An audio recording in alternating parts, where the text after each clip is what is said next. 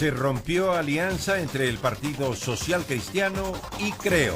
La causa fue unirse a UNES, que propuso una comisión de la verdad.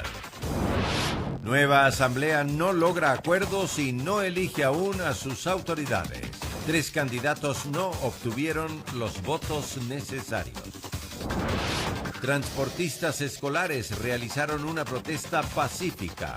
Demandan se congele el precio de las gasolinas. Presidente Lenín Moreno reformó el reglamento para otorgar indulto presidencial. Enfrentamientos entre Israel y Palestina dejan más de 120 muertos. Primer ministro israelí advirtió que estas ofensivas continuarán el tiempo que sea necesario.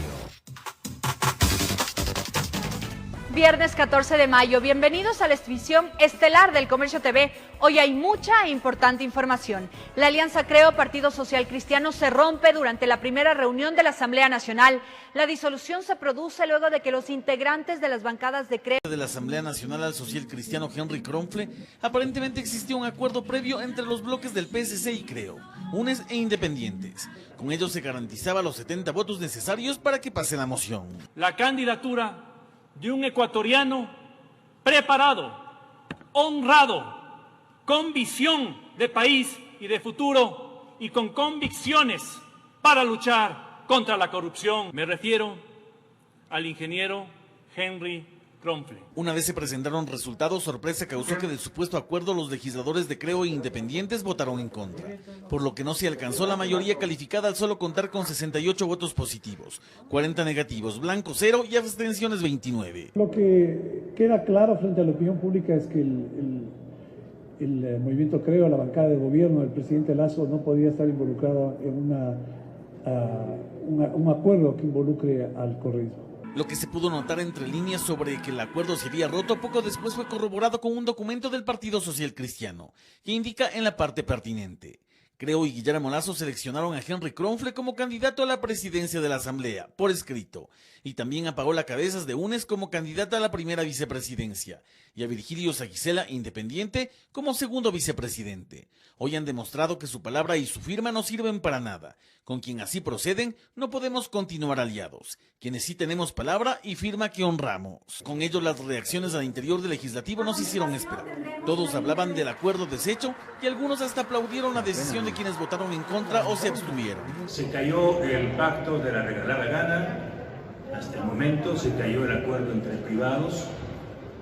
Hay una reacción sensata, decente, de una gran mayoría, de legisladores. Al menos mi voto como periodista y como legislador ahora jamás será a favor de la delincuencia organizada. Entre los que se abstuvieron de votar por Kronfle estuvo el legislador César Ron, quien llegó a la Asamblea Nacional de la mano del Partido Social Cristiano. Hoy por hoy está distanciado de esa agrupación política. Son mis amigos de toda la vida. Yo me abstuve de votar, lo anuncié públicamente. Dado el proceso que se dio, había anunciado que no votaría y efectivamente no voté. Me abstuve.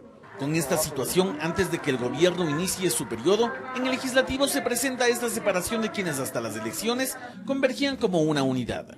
Sin más vueltas que darle al asunto, Creo y Social Cristianos marcaron durante la primera sesión del nuevo Parlamento sus distancias, informó Javier Rosero. Y la ruptura del acuerdo entre Creo y el Partido Social Cristiano se debería a la necesidad de que el presidente electo Guillermo Lasso responda a las demandas de sus votantes antes que a pactos políticos. Así lo advirtió el politólogo Mauricio Alarcón. El noviazgo que mantenía Creo y el Partido Social Cristiano se rompió antes, quizás de lo que muchos esperaban, y bastó el primer día de sesión del Poder Legislativo para que tomen rumbos diferentes. Es decir, lo sucedido el día de hoy en la Asamblea traería repercusiones incluso en cuanto a la alianza del gobierno en el Ejecutivo.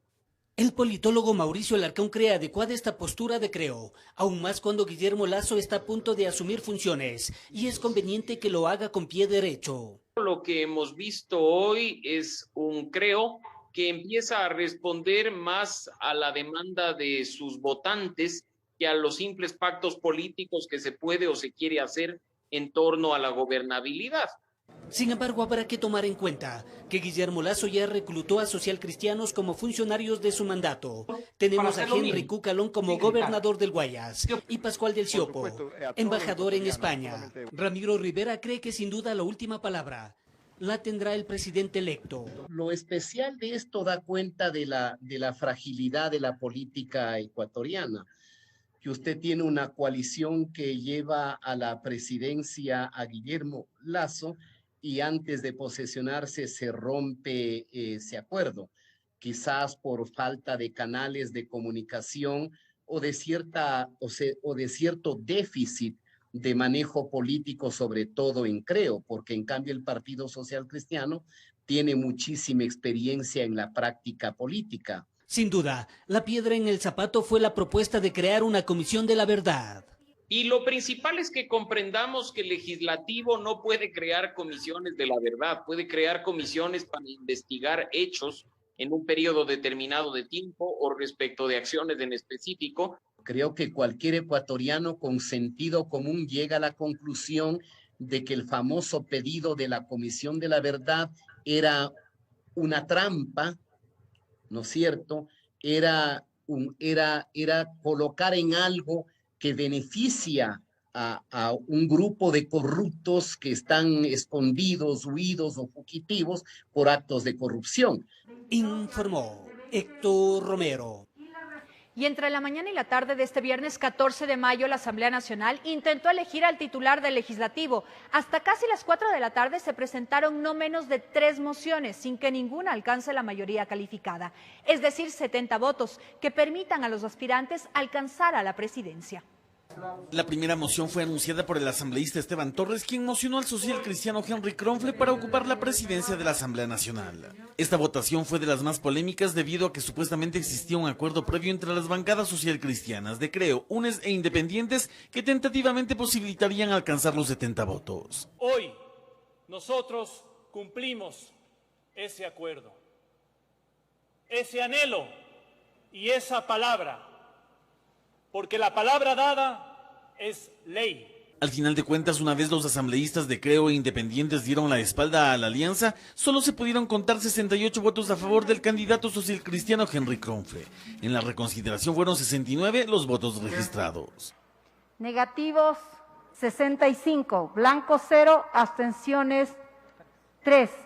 No ha sido aprobada. Dejando de lado la iniciativa social cristiana, el turno fue del asambleísta Rafael Lucero, quien designó a Salvador Quispe de Pachacuti como el candidato idóneo para manejar la función legislativa desde su presidencia. Acá tampoco alcanzaron los números, pues en votos afirmativos solo 44 asambleístas votaron a favor, mientras que 93 se abstuvieron. Como tercera moción, el parlamentario Juan Fernando Flores presentó como alternativa para la presidencia a Rina Campaín, quien es legisladora por el movimiento Creo.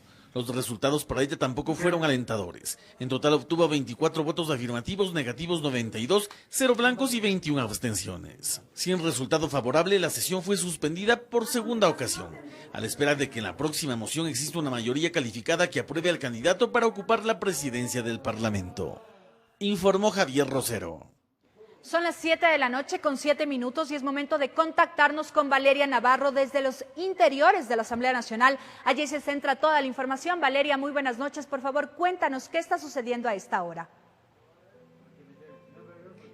Buenas noches, Sofía. Efectivamente, hace pocos minutos la asambleísta Pierina Correa, quien preside la sesión inaugural de la Asamblea Nacional, canceló esta sesión en la que se busca elegir a las nuevas autoridades del Parlamento. Al momento todos los asambleístas se han levantado y están conversando, cabildeando en estas negociaciones a ver si existen consensos y definitivamente algún resultado. Debido a que durante toda la jornada que empezó a las 10 de la mañana y hasta este momento no ha habido respuesta, se suspendió la sesión para el día de mañana sábado. Para mañana sábado están convocados los 137 legisladores para buscar una solución a esta crisis que se está viviendo ahorita en la Asamblea Nacional, en donde no existe todavía un representante.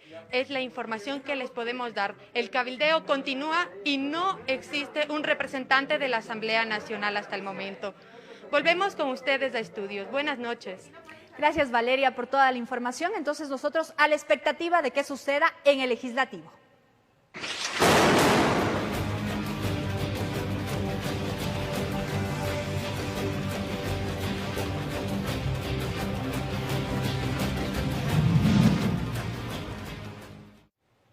Y el primer ministro israelí Benjamín Netanyahu advirtió que este viernes las ofensivas contra el movimiento palestino Hamás continuarán el tiempo que sea necesario. En este sentido, Israel inició un nuevo ataque terrestre y aéreo contra la franja de Gaza, dejando hasta el momento más de 120 muertos. Es la ofensiva a gran escala por tierra y aire lanzado desde Israel contra el grupo palestino Hamás, a pocas horas de la madrugada de este viernes, la cual ha sido calificada como la más potente desde la guerra de 2014.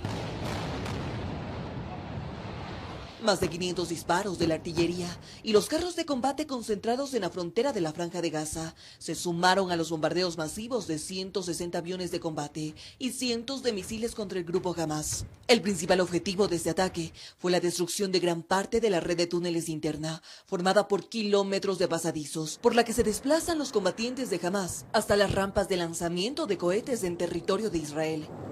Es entonces que un diluvio de fuego tuvo lugar durante más de 40 minutos. Hasta el momento se conoce que 123 personas han muerto, incluidos decenas de niños, y los heridos son cerca de 1000. Las imágenes del caos, de la destrucción, han quedado grabados en videos de los propios residentes de las zonas de los brutales enfrentamientos. Periodistas también han sido los encargados de registrar los momentos del ataque, como este, que cae una bomba detrás de la reportera Yumo Al-Sayed y en plena transmisión.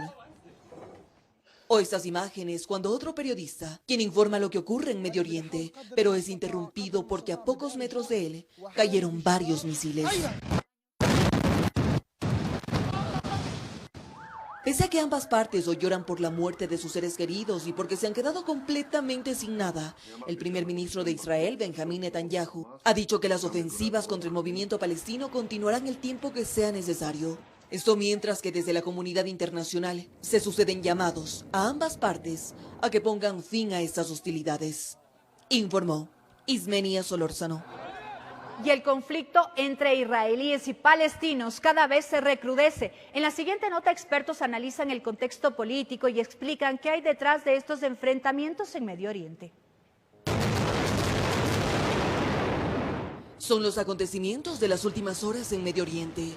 Estamos hablando de la escalada de violencia entre Israel y la milicia palestina Hamás, que estalló esta semana y se ha convertido en una de las peores olas de violencia entre ambas partes en los últimos años. Pero ¿cuál es el origen de este problema? ¿Y por qué ahora? Eso precisamente es lo que explica el analista internacional Mauricio Gándara. El asunto es muy simple. Los israelitas no se conformaron con lo que, gracias a la gestión de Estados Unidos, le instalaron como un territorio delimitado para Palestina. Entonces ellos, a través de varias guerras, se han ido adueñando poco a poco de más territorio. Si bien desde la Organización de Naciones Unidas han solicitado a ambos bandos bajar el cese del fuego y bajar la tensión, no hay soluciones. Algunos incluso han llegado a considerar que este conflicto podría generar una guerra a gran escala, pero para Gándara esta posibilidad es mínima. La guerra a gran escala no es posible, porque los palestinos no tienen tanques, no tienen cañones, no tienen aviación. Entonces una guerra de gran escala, no. Entonces por eso se defienden, por lo menos amargándoles la vida lanzando cohetes. Hamás ataca la población civil con el propósito de lastimar a civiles, mientras Israel ataca solo objetivos terroristas específicos. Por su parte, el embajador israelí en Quito, Saeb Harel, defiende el derecho de su país a la autodefensa frente a los cohetes del movimiento islámico Hamás y otras milicias palestinas. La organización Hamás realizó un golpe de Estado y se apoderó con violencia el poder en la Franja de Gaza. Desde entonces, constantemente buscan de distintas razones para atacar la población israelí. Lo cierto es que esta guerra no declarada deja hasta el momento más de 120 muertos, cientos de heridos, destrucción no vista desde los últimos 7 años. Y aunque hay voces de que puede existir negociaciones hasta hoy, lo que se sabe es que ninguna de las dos partes ha cedido. Informó Ismenia Solórzano. Y en otro tema, el gobierno tiene previsto inocular al 100% de docentes, miembros de la Policía Nacional y militares hasta el 24 de mayo. Sin embargo, el ministro de Salud, Camilo Salinas, indicó que se modificó el cronograma de inmunización por el retraso de la llegada de vacunas. Días para el cambio de gobierno, la cartera de salud pone pie en el acelerador. La meta hasta el 24 de mayo es cumplir con el 100% de inoculaciones en 3 sectores prioritarios. 100% docentes, 100% militares, 100% Policía Nacional, y tenemos ya inoculados más del 95% las Islas Galápagos. Del sector educativo, el 80% ya está vacunado, de un total de 269,000 docentes del sistema fiscal, particular y educación superior. El objetivo es poner en marcha un retorno voluntario a las aulas. Tenemos las condiciones necesarias para que nuestros niños y jóvenes del país retornen y tienen tanta añoranza y tienen tanto deseo de volver, pero que ya puedan reiniciar otra vez las clases. Si bien se han habilitado más puntos de vacunación, el ministro de Salud reconoció que el cronograma se vio modificado por un retraso en la llegada de vacunas de Sinovac y AstraZeneca. Está previsto su arribo a inicios de junio. 1.5 millones de vacunas que deberían haber llegado desde el primer inicio del mes de mayo no han llegado. Mientras que de las vacunas restantes se aplican primeras y segundas dosis para adultos mayores, personas con enfermedades catastróficas y con algún tipo de discapacidad. La vacuna muy bien y vamos a seguir cuidándonos para esperar la segunda dosis. Sí, eso sí, pero puede estar uno tranquilo ya con la vacuna y es otra cosa. De acuerdo al cronograma del Ministerio de Salud, 936,000 dosis llegarán en junio de AstraZeneca, Sinovac y Pfizer, 6 millones de dosis en julio de COVAX, 4 millones de dosis en agosto de Pfizer y en septiembre llegarán 6 millones de AstraZeneca, completando así las 20 millones de vacunas que adquirió este gobierno. Informó Priscila Cadena. Y a pocos días de que finalice el estado de excepción y las medidas de restricción dispuestas por el presidente Lenín Moreno para evitar un colapso mayor en el sistema sanitario, existe incertidumbre en el gremio de médicos por las decisiones que vaya a tomar el nuevo gobierno. Desde el COE Nacional expresan que no se puede dejar sin control a la ciudadanía porque podría generar un repunte mayor de la crisis sanitaria. Hasta el jueves 20 de mayo tiene vigencia el estado de excepción focalizado en 16 provincias del país, mismo que según las cifras del COE Nacional ha brindado un alivio positivo al sistema sanitario para desacelerar las tendencias crecientes de contagios y ocupación hospitalaria. Gracias a Dios los resultados son positivos, porque eso nos alegra mucho el saber que no se necesitó de una medida extremadamente radical. Lo importante es que esto nos ha permitido es que sí podemos con medidas mixtas, porque la dinámica del país, y yo lo digo y lo ratifico públicamente, no está preparado el Ecuador para un confinamiento total por su dinámica económica. Ahora la potestad queda en los gobiernos locales para mantener algunas restricciones que sostengan estos resultados hasta que el nuevo gobierno se posicione. Juan Zapata, presidente del COE Nacional, explica que es de suma importancia mantener los mismos objetivos en el manejo de la pandemia, sobre todo a corto plazo, para evitar un rompimiento abrupto de las medidas y un relajamiento ciudadano. La corresponsabilidad es fundamental. El ciudadano tiene que seguir disciplinado en tema de cuidados personales. Nadie le va a dar lavando las manos, ni poniéndole la mascarilla, ni teniendo el distanciamiento. Es usted el que se cuida. La responsabilidad de la autoridad local en sus competencias. Posición con la que coincide el gremio de médicos, pero que dice no tener el conocimiento de cuál sería la política de prevención o contención de la pandemia del nuevo gobierno. No sabemos qué es lo que va a pasar después del fin del estado de emergencia. ¿Cuáles son las medidas que se van a tomar? No se ha hablado nada acerca de la masificación de las pruebas de diagnóstico. No se ha hablado nada de una política de prevención y promoción de la transmisibilidad del virus, de disminuir la transmisibilidad del virus, del proceso de contención. Ambos concuerdan que tomando en cuenta que se avecina un feriado nacional, las decisiones que se tomen deberán ser antes del cambio de mandato y así trabajar en conjunto con las autoridades actuales. En lo que nosotros podamos contribuir, que cuente con ello. Esperemos que en estos próximos días generemos, obviamente, estas reuniones técnicas para ir dando una posta técnica y evitar que las medidas se rompan de manera abrupta. Eso no es lo lógico, puede pasar lo que ocurrió en España. Informó Mauricio Sánchez. Y mucha atención porque la Agencia Metropolitana de Control clausuró una gallera ubicada en la parroquia de Calderón. Al interior se encontraban 100 personas aglomeradas y respetando toda medida de bioseguridad. El propietario de este negocio será sancionado por arriesgar la vida y salud de los asistentes. Y la Intendencia del Guayas clausuró varios locales donde habrían personas libando e incumpliendo medidas de bioseguridad en cantones como Daule y Guayaquil. Prostíbulos, billares, restaurantes y bares donde no se respetaba el aforo permitido ni demás medidas de bioseguridad fueron clausurados. Los controles fueron ejecutados en diferentes cantones del Guayas. En los sitios intervenidos se encontró a decenas de personas consumiendo bebidas alcohólicas dentro del horario de toque de queda. En el cantón Balsar se ha clausurado una gallera con más de 40 a 50 personas. Asimismo, también se ha clausurado en el cantón Daule un prostíbulo que estaba funcionando con ingesta de bebidas alcohólicas. Incluso encontraron un local con fachada de restaurante donde en realidad en la planta alta habían 50 libadores. Se conmina al resto de la ciudadanía pues a ser cada vez más respetuosas de la norma y de las disposiciones del COE Nacional. Este operativo comenzó la noche del jueves 13 de mayo y concluyó la madrugada del viernes 14. Informó Celeste Dueñas. Y frente a la escasez de medicamentos sedantes para pacientes con COVID con cuadros graves, la venta ilegal y sobreprecios en Internet aumentó de forma alarmante. Expertos advierten a la población de los riesgos que esto puede generar.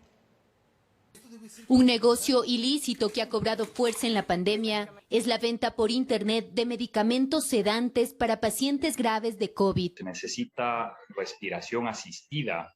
Hay que colocar en los pacientes un tubo a través de la tráquea. Para eso se necesita dos elementos fundamentales. En primer lugar, bajar el nivel de conciencia del individuo y segundo, producir relajación muscular. Ese es el tipo de medicación indispensable entonces. Son 4 los fármacos que comúnmente se requieren en casos de intubación, mismos que desde el sector de salud se informó existe desabastecimiento. Cualquier tipo de oferta de producto farmacéutica que no venga a través de una cadena o de una farmacia se considera automáticamente ilícita. Llevados por la desesperación, muchos familiares encuentran en la compra por Internet una opción riesgosa y de alto costo para adquirir estos medicamentos. Primera que puede ser contrabando, es decir, se trae de Colombia, de Perú, de la India, de Estados Unidos, y es un medicamento que por lo tanto no cumple con la regulación nacional. Número 2, mucho más peligroso, es una falsificación, es un medicamento adulterado. La representante de la Academia del Proyecto Comercio Legal explica las consecuencias del mercado ilícito que en el Ecuador ha cobrado fuerza. Y es producto, lamentablemente, que se lo adquiere aquí en el país y se lo revende. Un producto que su precio de venta al público está en $300 y lo comercializan en $800, $900. Para que este tipo de sedantes no pierdan su eficacia, deben cumplir con estrictos protocolos de almacenamiento. El mal manejo o la falsificación en estos casos puede ocasionar la muerte del paciente. Y es que las personas que están haciendo este tipo de negocio están infringiendo una ley. Condenas que, según la Agencia de Control, Regulación y Vigilancia Sanitaria, ARCSA, van de 1 a 13 años de prisión, informó Caterine Aguirre. Y al volver en el sur de Quito, un hombre fue asesinado cuando se resistió al robo de sus pertenencias, pese a que ya estaba vigente el toque de queda. Es momento de una pausa comercial, enseguida regresamos. Gracias por continuar en nuestra sintonía. El alcalde de Quito, Jorge Yunda, presentó su rendición de cuentas al cumplirse 2 años de su administración. Detalló que en lo que va del periodo se han ejecutado más de 1000 obras, lo que a decir de varios concejales ha sido parte de un show mediático, pues muchas estarían paralizadas. Fue durante la inauguración del Parque Rodrigo Payares Aldumbide en Cumbayá, al oriente de Quito, que el alcalde Jorge Yunda presentó su rendición de cuentas al cumplirse 2 años de su administración. Inició resaltando que pese a todos los contratiempos, han logrado entregar 1043 obras. Entregando más de una obra diaria en estos días. Enfatizó que esto se ha logrado pese a que más de la mitad de su gestión se ha desarrollado en medio de la pandemia, la cual, dijo, se ha enfrentado con las medidas y decisiones que se requerían. Demostraremos que las decisiones fueron siempre en función de precautelar la salud y la vida de la ciudad más poblada del Ecuador. En el evento no estuvieron presentes ninguno de los concejales que no fueron invitados, dijeron. Prefieren ya no seguir insistiendo en el tema de los supuestos actos de corrupción, pues hay un proceso de remoción en marcha y además la justicia debe juzgar. Pero más allá de eso, tienen su propio resumen de estos 2 años en cuanto a las obras. Prometer obras es bien fácil. Vemos que de esas promesas de las grandes obras viales, por ejemplo, no se ha hecho nada. Se han inaugurado obras que están paradas, que también han sido solamente shows mediáticos de inauguración y ahora están paradas. Que los avances en el distrito han sido pocos. Consideran que es por la inestabilidad de las empresas municipales, pues cuestionan los constantes cambios en las gerencias. Imposible hacer una gestión transformadora de la ciudad con ese nivel de inestabilidad. Yo no puedo decir una empresa municipal que se haya desarrollado y que haya trabajado como tiene que ser. Para el alcalde en este tiempo se ha tomado al toro por los cuernos, refiriéndose a lograr la aprobación del proyecto que permite reestructurar el sistema de transporte público que otras administraciones no han logrado concretar y en donde el metro de Quito será la columna vertebral, insiste, el principal cambio que le urge a la capital. El metro sigue un camino normal. Y la señora gerente me ha asegurado que en diciembre se están realizando ya las últimas pruebas con el público en general.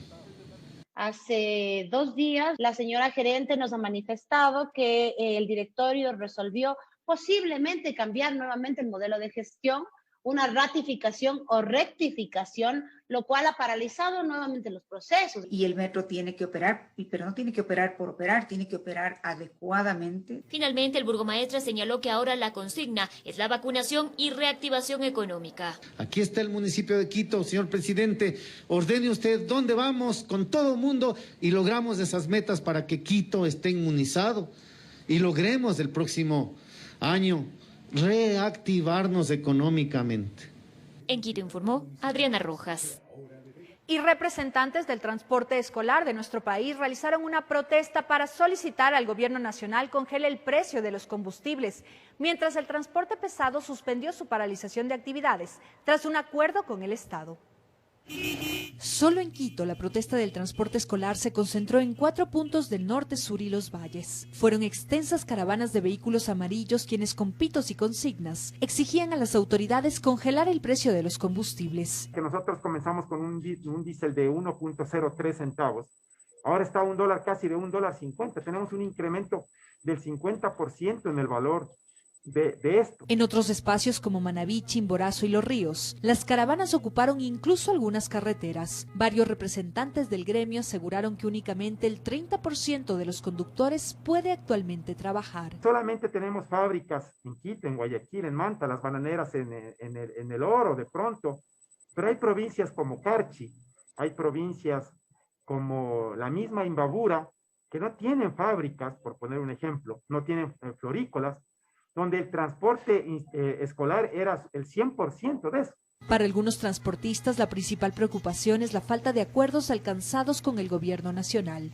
Vamos a mesas de diálogo, mire, ya ahora vamos a comenzar con esto, lo otro, y definitivamente esto no queda en nada, no hay un seguimiento. Por lo que plantean varias alternativas. Mire, ya, vamos a asumir un poco el costo del combustible, pero compénsenos que se devuelva el IVA de los insumos que nosotros ganamos, pero mensualmente, como se lo hace.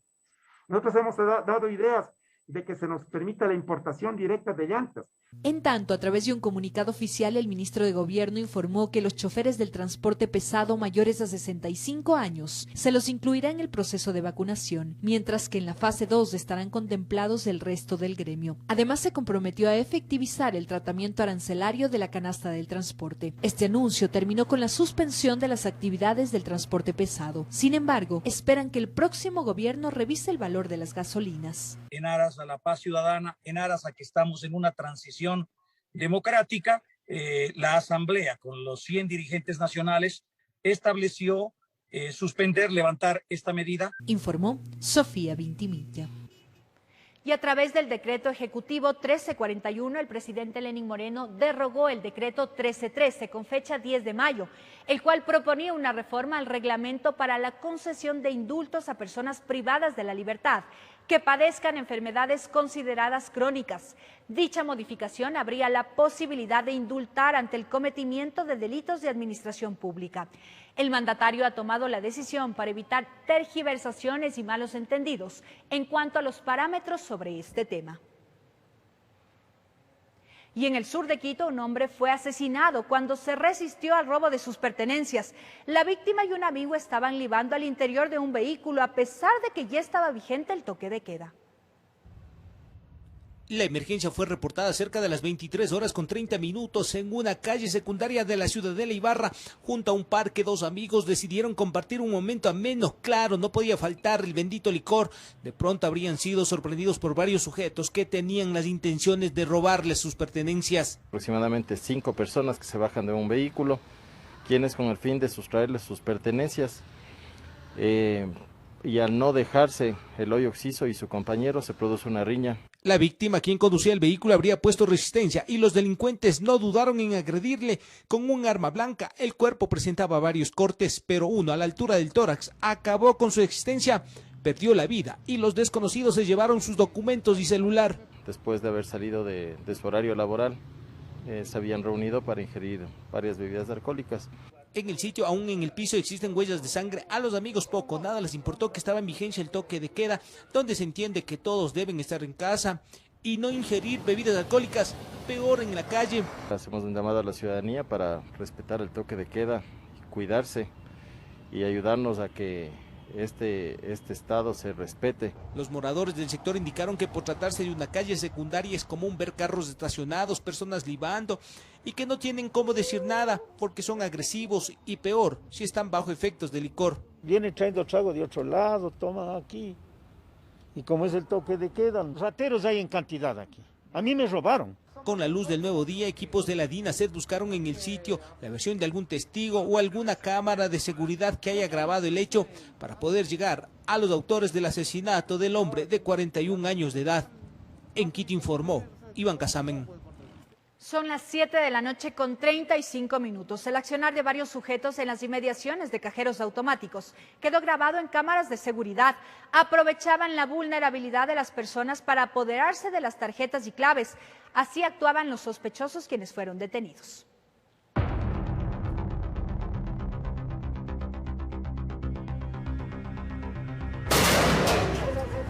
Actuaron hasta horas antes del operativo que permitió la captura de 4 sospechosos de los 6 que serían parte de la banda delictiva.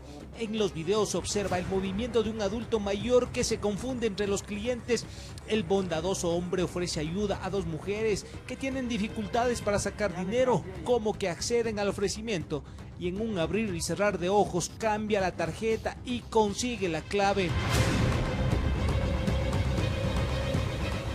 Buscan personas que no estén muy prevenidas con el uso de su tarjeta, personas que desconozcan un poco del manejo de la tarjeta. El modus operandi sería el mismo, buscaban sectores donde llegaban personas vulnerables, es decir, hacían inteligencia.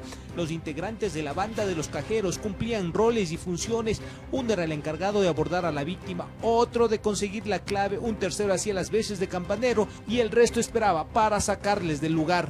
Hay otro de los integrantes que se queda verificando y vigilando la clave que por innumerables veces trata de ingresar. No tenían una entidad bancaria específica, aprovechaban la oportunidad, es decir, actuaban sobre la marcha, pero se movían a lo largo del DMQ, incluso salían a otras ciudades. Se movilizaban por Cayambe, Guayabamba, El Quinche, también se movilizaban a la ciudad de Cuenca, Santo Domingo, Riobamba. Los sospechosos no utilizaban armas, aprovechaban su facilidad de palabra y el don de convencimiento para estafar y robar a incautas personas.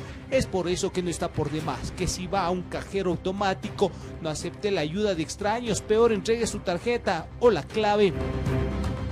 Ellos con la misma tarjeta van a otro cajero o en el mismo cajero realizan el retiro del dinero. Un delito de oportunidad que seguramente dejó a decenas de personas sin sus ahorros y sin saber cómo les robaron. En Quito informó Iván Casamen. Y mucha atención porque detuvieron a 3 sujetos que estarían implicados en el robo del vehículo que utilizaron para asesinar al presentador de televisión Efraín Ruales.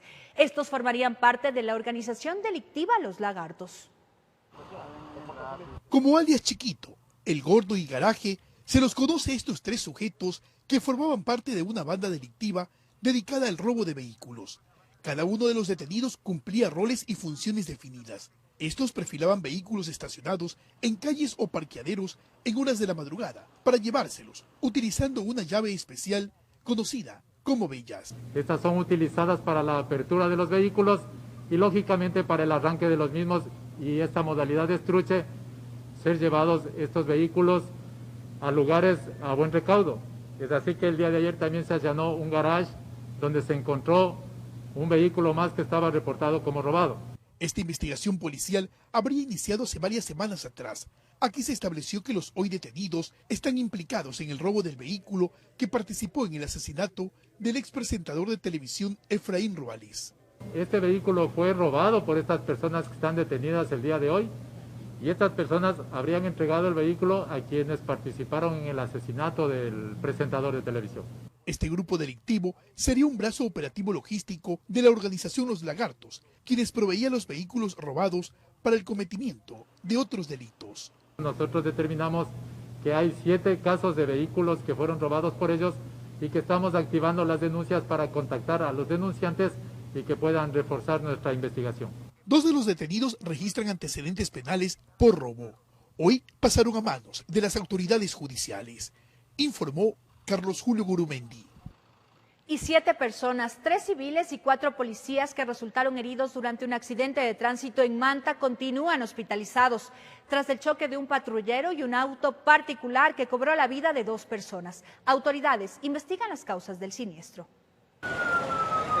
Fueron múltiples los golpes que cobraron la vida de 2 de las 9 personas que resultaron afectadas tras el choque frontal entre un patrullero y un automóvil en Manta. Las víctimas mortales viajaban como ocupantes del vehículo liviano. Con politrauma, que engloba todo lo que indica el paciente con politrauma, ¿no?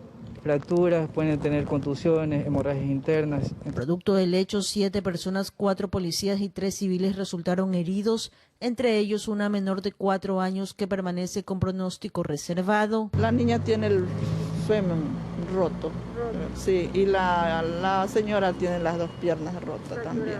El chofer está vivo, pero dice que está mal. El hecho ocurrió la tarde de este jueves en la ruta del Espóndilus a la altura de la parroquia San Mateo. La tipología es un choque frontal, de ahí el resto de investigaciones se los realizará posteriormente según lo que indique la Fiscalía del Cantón.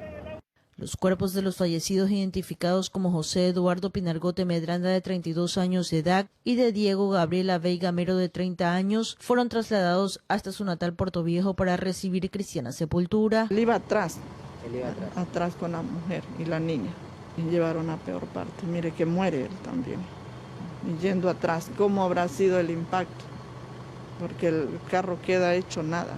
Desde la provincia de Manabí, informó Wendy Delgado.